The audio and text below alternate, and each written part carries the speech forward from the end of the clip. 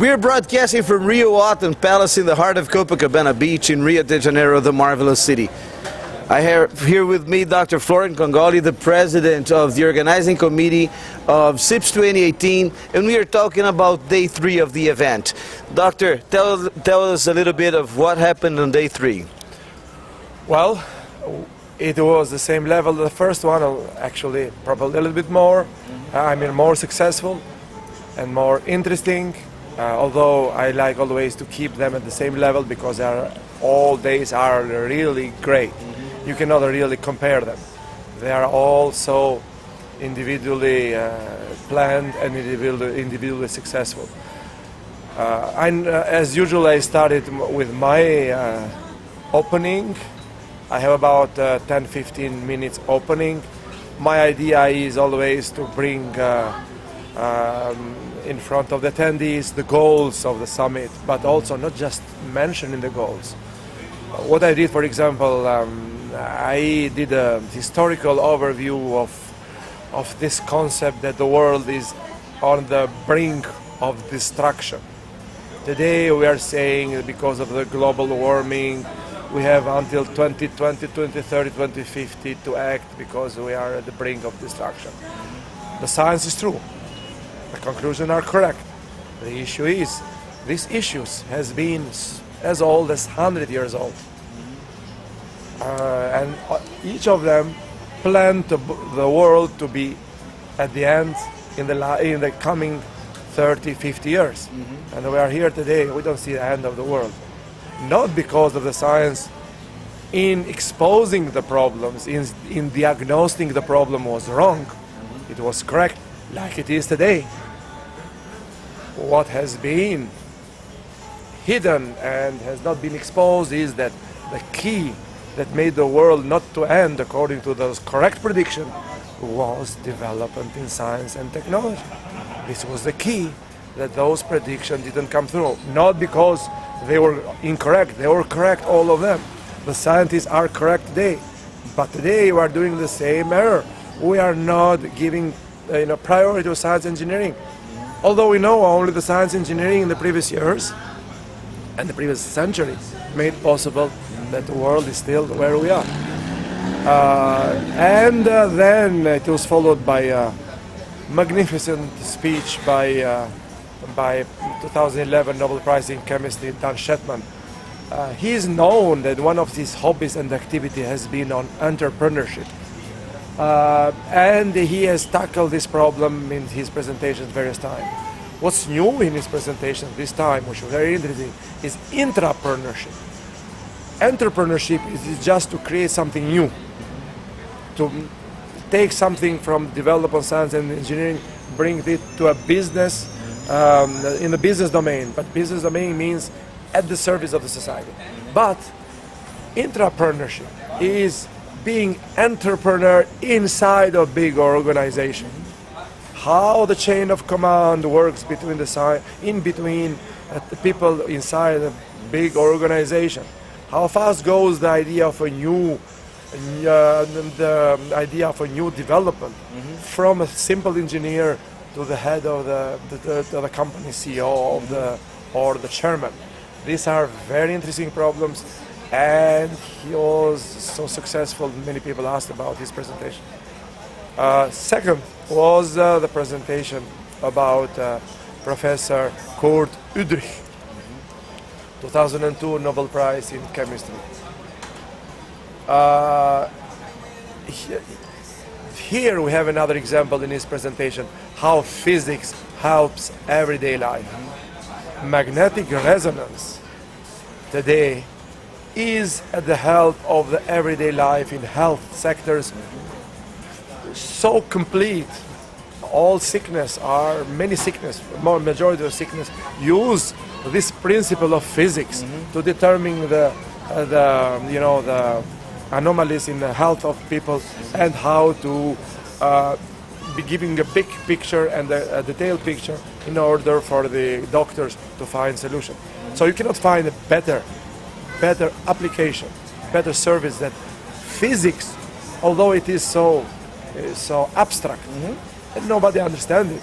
But here the application helps directly human life, human.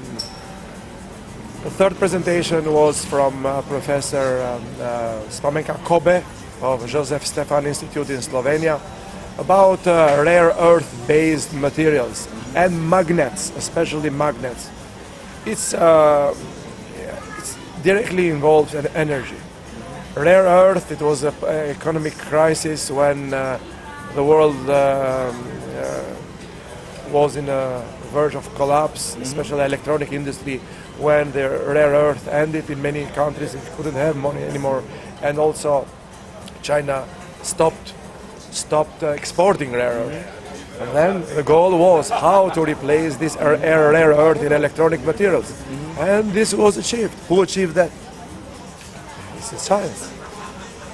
Otherwise, we would not have been able to produce so good electronic materials like this iPhone, where many of those require rare earth. And the fourth presentation was about advanced materials, new and advanced materials. We speak about environmental aspects of many things. Actually, TV stars speak much better than us, although they don't know much better than we know. But we don't speak. We give the solution, they speak. Everything, at the end of the day, we're speaking about how to save fuel on the airplane. How we can save fuel. Well, one way is an artificial way. Run slower. It's good. It will not save too much. The key is new materials, light materials, composite materials. The lighter the plane, the better, the less fuel you spend, and this has been proven. The lighter the car, less fuel will be spent. So everything ends up to the property of materials. You can, there is a way, if you don't look at science and the materials, you can say, okay, I want to save fuel, ban all airlines in the world, no more flying. What you can achieve reducing CO2 emission? Yes, you can. But people will not travel anymore. So, but that's not sustainable, because you reduce the CO2, but makes miserable life of human beings. So you are not fulfilling one of the three criteria of sustainability: development of human factor, developing of society. So if you achieve one, but if you achieve the other, then you are not sustainable. So this is the key. There are people, for example, say, I do not travel by airplane too much today because I want to save to reduce CO2 in the atmosphere. A good principle: how much you're saving? Almost zero. One person that doesn't travel doesn't save too much. So where is a solution to the new materials? In cars, in airplanes, in transport, in any field of lives, everything comes back to materials. So that was the subject of the fourth plenary speaker, Professor Fernand Marquis from San Diego State University. He has been dealing with this subject for a long time, and it was perfect. It completed the picture of the day. And we had the gala evening also. We have a special video for that. Meu mulato insoneiro, vou cantar-te nos meus versos. O Brasil, samba que dá bambolê, que vai xingar o Brasil do meu amor, terra de nosso Senhor. Brasil, pra mim, Brasil. Abra a cortina do passado, tira a mãe preta do cerrado, bota o rei Congo no congado. Brasil, pra mim, deixa cantar de novo o trovador. América. Well, gala, I think it was the summit of the summit in terms of the entertainment part. It is our unique feature of to have every day one dinner and show. Excellent quality of papers, excellent use of time, efficient use of time. People go from one session to another to hear their colleagues what is the new development in their field of science. So basically, it's hard work. The conference, for people that want to work, it's not vacation. It's a hard work. Discussing, looking at the recent development of their peers, establishing new cooperation. It's a hard work. Then we have to compensate this hard work. And how we compensate them? We give them the pleasure to enjoy. One dinner, one show, and this is not only an enjoyment, this is not only an entertainment, but also it's a good way to people get familiar with each other, to create a good company, to be informal, not just having lectures, then leave the conference and go to the hotel and sleep because they're tired. Nobody goes in our event at the hotel and sleep in the evening before coming to our events. So it's a way of making, achieving sustainability in all these directions. Come on, everybody, everybody, everybody, come on, everybody.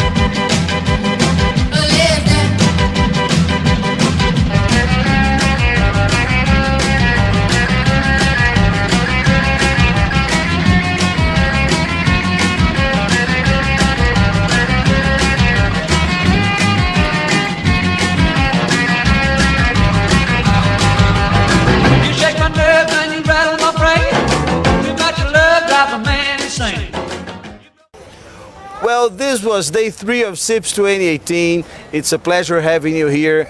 Look for other videos to know more about it.